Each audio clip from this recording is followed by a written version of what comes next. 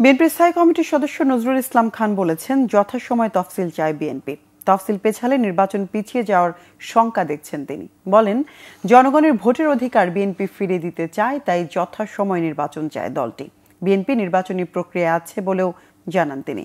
বৃহস্পতিবার বিকেলে প্রধান নির্বাচন কমিশনার এএমএম নাসিরউদ্দিনের সঙ্গে বৈঠক শেষে সাংবাদিকদের প্রশ্নের জবাবে এ তথ্য জানান নজরুল ইসলাম খান। এ সময় আরও ছিলেন বিএনপি চেয়ারপারসনের উপদেষ্টা পরিষদের সদস্য ইসমাইল জবিউল্লাহ এবং ইসির সাবেক অতিরিক্ত সচিব ডক্টর মোহাম্মদ জাকারিয়া। নজরুল ইসলাম খান বলেন, আগে শুধু সংসদ নির্বাচনের জন্য ভোট হতো, এবার একসঙ্গে সংসদ ও গণভোট দুটো ব্যালটে ভোট দিতে হবে। এর জন্য সময় বেশি লাগবে, তাই যাতে কোনো ভোটার ভোটাধিকার থেকে বঞ্চিত না হয় এই বিষয়ে সিইসিকে নজর রাখতে বলা হয়েছে।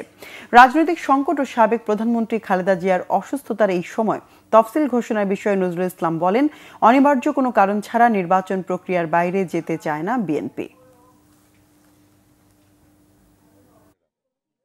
আমরা যথাসময়ে নির্বাচন হোক, যেটা ঘোষণা হয়েছে সেই অনুযায়ী, এবং সে কারণে যখন তফসিল ঘোষণা করার কথা, এটা যদি বিলম্বিত করার কথা বলি, তাহলে তো নির্বাচন বিলম্বিত করার কথা বলা হবে।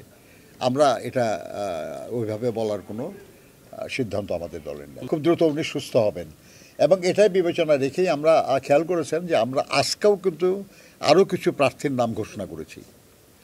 অর্থাৎ আমরা নির্বাচনী প্রক্রিয়ায় আছি। খোদা না করুন অনিবার্য কোনো পরিস্থিতি ছাড়া আমরা এই প্রক্রিয়ার বাইরে যেতে চাই না। তো কাজে আমরা আশা করি যে আল্লাহর মেহেরবানি নির্বাচনে তফসিল ঘোষণা হতে পারে, যা খুশি, কিন্তু উনি দ্রুতই সুস্থ হয়ে আমাদের মাঝে ফিরে আসবেন এবং এসে উনি এই প্রক্রিয়ায় যুক্ত হবেন ইনশাআল্লাহ।